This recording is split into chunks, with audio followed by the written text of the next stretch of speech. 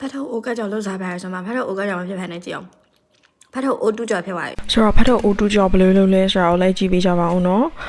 ဒါလေးကတော့ super ဝယ်လာတဲ့ ready to cook frozen ဖတ်ထုတ်လေးဖြစ်ပါတယ်တပူးမှာ8ခုပါပါတယ်သူက frozen ဖြစ်နေရဆိုတော့အရင်ဆုံးအရေးလေးတွေပျော်သွားအောင်လို့အရေးဖြောကြမယ်ပေါ့နော်အရေးဖြောမယ်ဆိုတော့အိုးထဲမှာအခုလိုမျိုးလှနေအောင်လို့စီရေလေးထည့်လိုက်တယ်ပြီးတော့စီလေးနည်းနည်းထည့်တယ်ရေလေးခွက်တစ်ဝက်နည်းနည်းထည့်လိုက်တယ်ပေါ့နော်ပြီးတော့မီးဖွင့်ပြီးတော့အဖုံးအုပ်ပြီးတော့တည်ပါမယ်အဲ့ဒီချိန်မှာစီနဲ့ရေနဲ့ရောပြီးတော့ပေါက်တန်လေးကြားလိုက်ရပြီဆိုလို့ရှိရင်ဒါကကော်မှုန့်နည်းနည်းကိုရေမြတ်များနဲ့ကြဲကြဲလေးဖြောထားတဲ့ကော်ရည်လေးကိုကျွန်မအများကြီးပဲလောင်းထည့်မိလိုက်ပါတယ်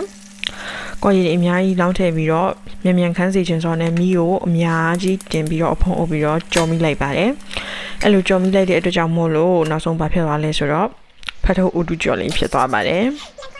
ဆိုတော့ဖတ်တော့အူတူကြော်မဖြစ်အောင်လို့ဘယ်လိုမျိုးကြော်ရမလဲဆိုတော့နောက်မှဆက်ပြောပြပေးထားပါနဲ့နော်ဆိုတော့အဆုံးထိလည်းကြည့်ပေးကြပါဦး channel လေးကိုလည်း subscribe လုပ်သွားပေးအောင်နော်ဒါလေးကတော့ကျင်းချင်လေးပါဒီလိုတူးရတာမကျေနပ်ဘူးမကျေနပ်သေးဘူးနောက်တစ်ခါနောက်တစ်ပူထပ်ဝဲပြီးတော့နောက်တစ်ပူထပ်ဝဲပြီးတော့ထက်ကြော်စားပြမယ်ဒီညနေထက်ကြော်စားမယ်ကဲအမမကြည့်နဲ့တော့နောက်ထပ်တပူကိုထပ်ပြီးကြော်စားရပေါ့နော်ဆိုတော့ဖတ်ထုတ်အိုတူကြော်မဖြစ်ဖတ်ထုတ်အိုကတ်ကြော်ဖြစ်အောင်ဘယ်လိုကြော်ရမလဲဆိုလို့ရှိရင်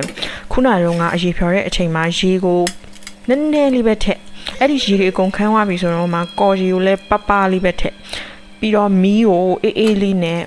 တက်နိုင်သမျှအေးလေးနဲ့ဒီကော်ရီတွေအားလုံး6ခန်းကျွတ်မွားသွားတဲ့အထိတည်ပေးရမယ်အဲ့တော့မှအခုလိုမျိုးဖတ်ထုတ်အိုကကြော်ကျွတ်ရွမမွားလှပလေးကိုစားရမှာဖြစ်ပါတယ်အဲ့လိုမဟုတ်ဘဲနဲ့တိတ်မရှိဘဲနဲ့မီးကေဆုံးနဲ့တင်လိုက်လို့ရှိရင်ဖတ်ထုတ်အိုတူကြော်ဖြစ်သွားပါလိမ့်မယ်ပေါ့နော်ဒါကတော့ကျွန်တော်ရှောက်ဖွေတွေ့ရှိလာခဲ့တဲ့နီလန်လေးပေါ့ဖတ်ထုတ်အိုကကြော်ကိုဒီထပ်ပို့ပြီးတော့စားကောက်အောင်ကြော်လို့ရတဲ့နီလန်တွေကိုအခုကြည့်နေတဲ့လူကတည်တယ်ဆိုလို့ရှိရင်လည်း comment ထဲမှာကျွန်တော်ပြောပြပေးသွားပါအောင်เนาะအဲ့ဒီနီလန်လေးတုံးပြီးတော့ကျွန်တော်လည်းလိုက်လို့စားကြည့်မလို့ပါဒါလေးကတော့ဂျင်းအချင်ပေါ့နော်ဂျင်းချင်ကရှာလက်ကာကြီးကလက်ဖက်စားစုံတစ်စုံရယ်ပြီးွားရင်ပဲငံပြာကြီးကထမင်းစားစုံတစ်စုံလောက်ရယ်ရေလေးက